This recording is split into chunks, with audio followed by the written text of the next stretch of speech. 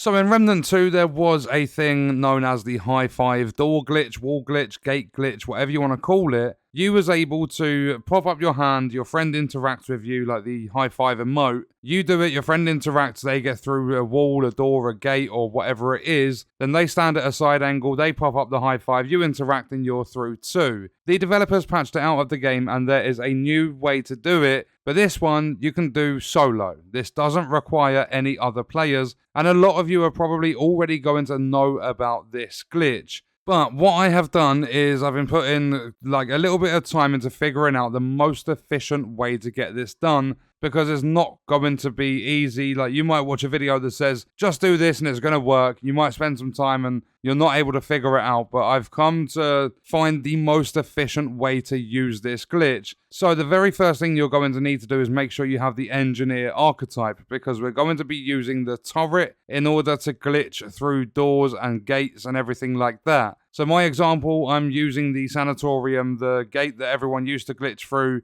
to get to Ripsaw and farm the Simulacrum and the corrupted Lumenite crystal. So this is essentially the newest corrupted Lumenite crystal and Simulacrum farm. And what you want to do is, when you have the turret like equipped, you've got it active on your character, you're running the engineer archetype, what you want to do is stand side on with what you want to glitch through. So don't stand facing it, don't stand away from it, stand side on. Because what that's going to do is, when you place the turret, it's going to face the same way the wall, door, or gate is facing. So basically you're looking at it from a side angle, but that's going to give you enough room to creep around the back, like essentially the back of the turret, so that you're sandwiched in between the object you're trying to phase through and your turret. Like, you're stuck in the middle of that sandwich. And then what you want to do when you are side on with it is just move away a little bit, just so you've got that tiny bit of room. And then you're going to place down your turret and quickly go behind it. And when you are, I'm going to say, parallel to the object you're trying to phase through,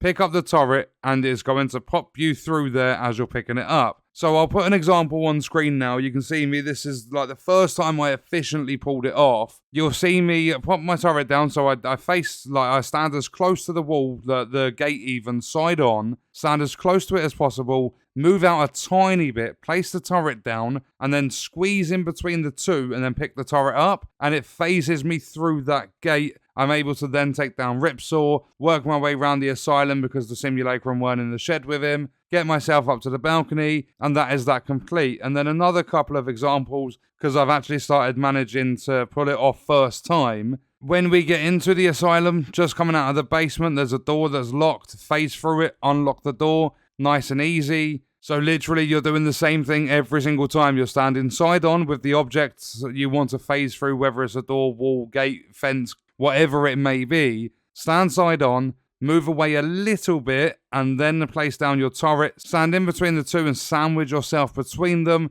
Then pick up your turret. And as long as you are in that correct line of being like bang on in the middle to give yourself the furthest distance, you are going to phase through the object that you're trying to get through. So you can do doors of different thickness, you can do gates and stuff. A lot of things are going to work. You do need to be careful, however, because if you do it at the wrong angle, it can sometimes get you stuck inside a wall.